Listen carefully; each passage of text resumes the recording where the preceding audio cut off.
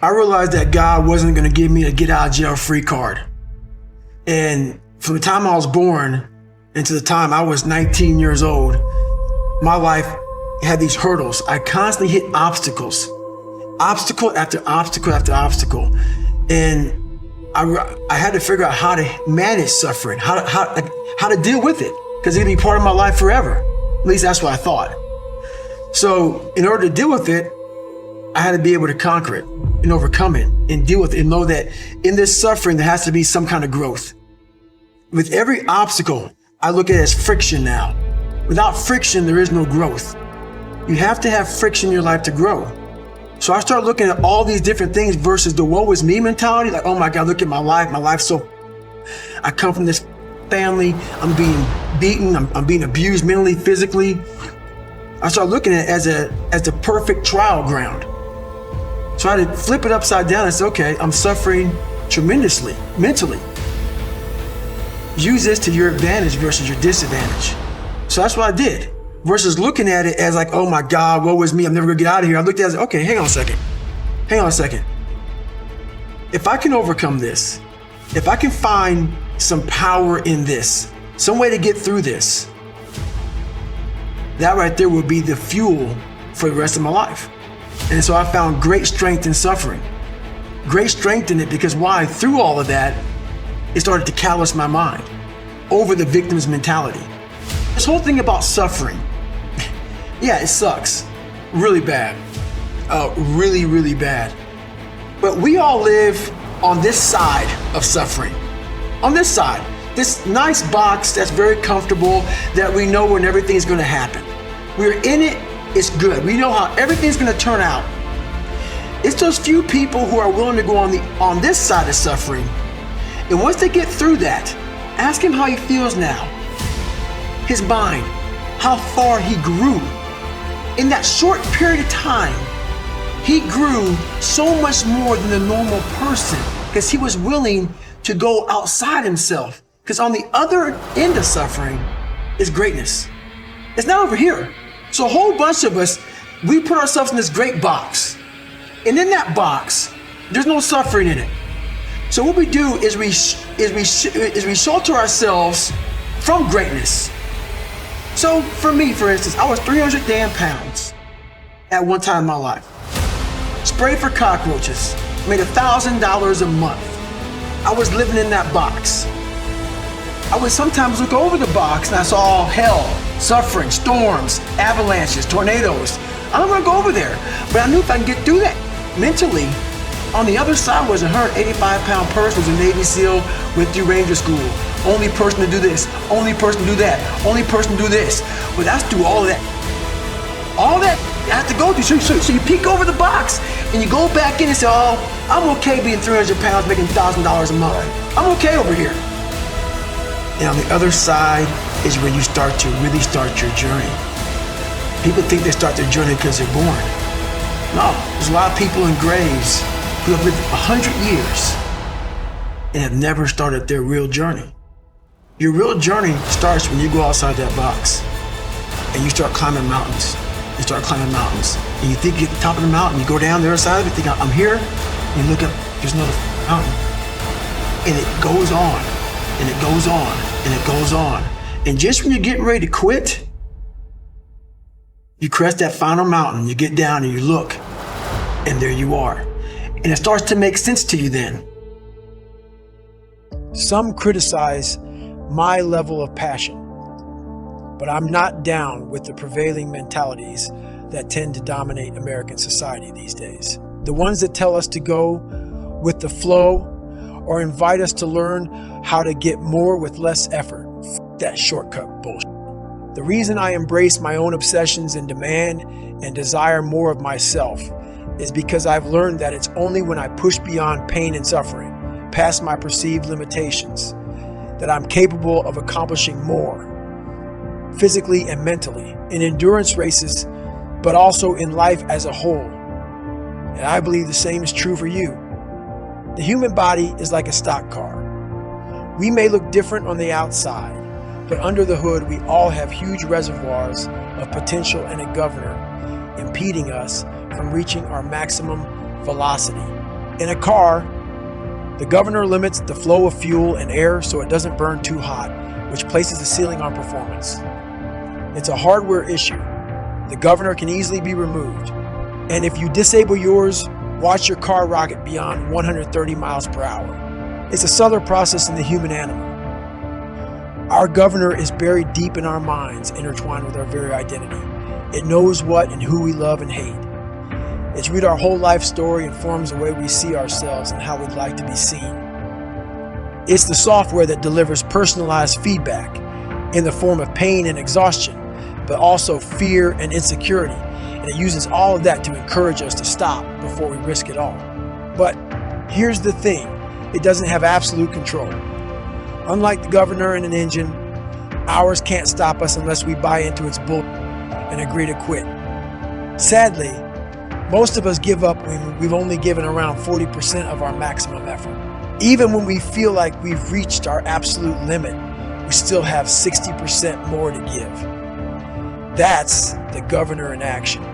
Once you know that to be true, it's simply a matter of stretching your pain tolerance, letting go of your identity and all your self-limiting stories, so you can get to 60%, then 80% and beyond without giving up. I call this the 40 rule.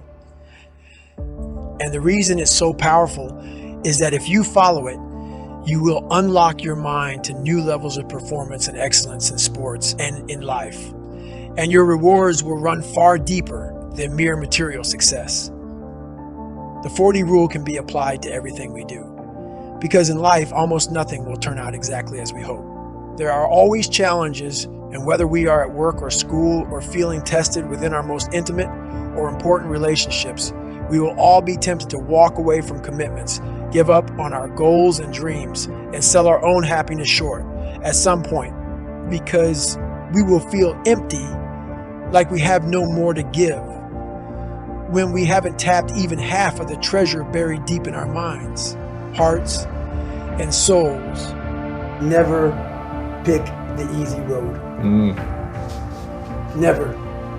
And it always goes back to kind of the hero mentality. Never pick the easy road, ever in your life. That is the one road that is doomed. It is doomed. If you want something like 6-minute abs, all these different things, and people want it so fast, you may achieve what you wanted, but you want the permanent fix. The permanent fix comes from the hard road. The hard road gives you permanent results. The easy road gives you the quick fix. You will go back to where you started on the easy route. That hard route is so permanent that it ends up callousing you everywhere. Everywhere. You keep a six-pack forever. You keep it. You keep it. Because you know the work that goes into it. Yeah. I know how it feels to be approaching an energetic dead end. I've been there too many times to count. I understand the temptation to sell short, but I also know that impulse is driven by your mind's desire for comfort, and it's not telling you the truth. It's your identity trying to find sanctuary, not help you grow. It's looking for status quo, not reaching for greatness or seeking wholeness. But the software update that you need to shut your governor down is no supersonic download. It takes 20 years to gain 20 years of experience. And the only way to move beyond your 40% is to callous your mind day after day, which means you will have to chase pain like it's your damn job. Imagine you're a boxer and on your first day in the ring, you take one on your chin. It's gonna hurt like fucking hell, but at year 10 being a boxer, you won't be stopped by one punch. You'll be able to absorb 12 rounds of getting beat the down and come back the very next day and fight again. It's not that the punch has lost power. Your opponents will be even stronger. The change has happened within your brain. You've calloused your mind.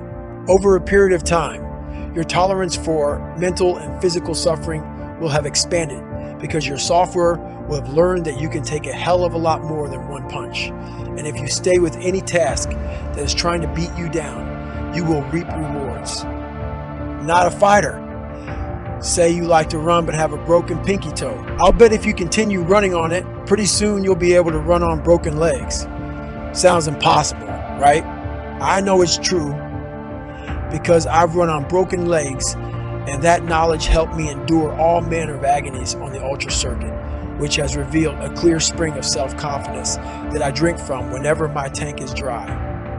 But nobody taps their reserve 60% right away or all at once. The first step is to remember that your initial blast of pain and fatigue is your governor talking. Once you do that, you are in control of the dialogue in your mind, and you can remind yourself that you are not as drained as you think, that you haven't given it your all, not even close. Buying into that will keep you in the fight, and that's worth an extra 5%. Of course, that's easier read than done. It wasn't easy to begin the fourth lap of the Hurt 100 because I knew how much it would hurt. And when you are feeling dead and buried, dehydrated, wrung out, and torn the fuck up at 40%, finding that extra 60% feels impossible. I didn't want my suffering to continue. Nobody does. That's why the line fatigue makes cowards of us all is true as shit. Mind you, I didn't know anything about the 40 rule that day. The Hurt 100 is when I first started contemplating, but I had hit the wall many times before, and I had learned to stay present and open-minded enough to recalibrate my goals, even at my lowest. I knew that staying in the fight is always the hardest and most rewarding first step. Of course, it's easy to be open-minded when you leave yoga class and are taking a stroll by the beach, but when you're suffering, keeping an open mind is hard work.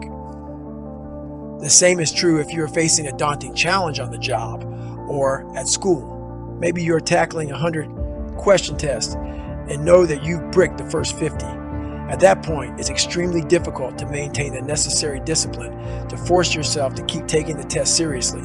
It's also imperative that you find it, because in every failure there is something to be gained, even if it's only practice for the next test you'll have to take, because that next test is coming. That's a guarantee. I had a starting point, and the starting point was this very scared, immature, fragile kid. But through figuring out this fragile kid, I found out through all this muck, this can come out the other end. A person that has 4,030 pull-ups, who runs miles and miles and miles at a time.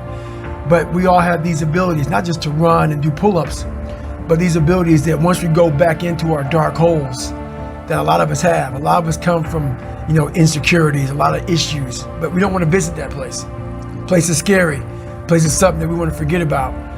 I had the courage, finally, to go back in there and organize it.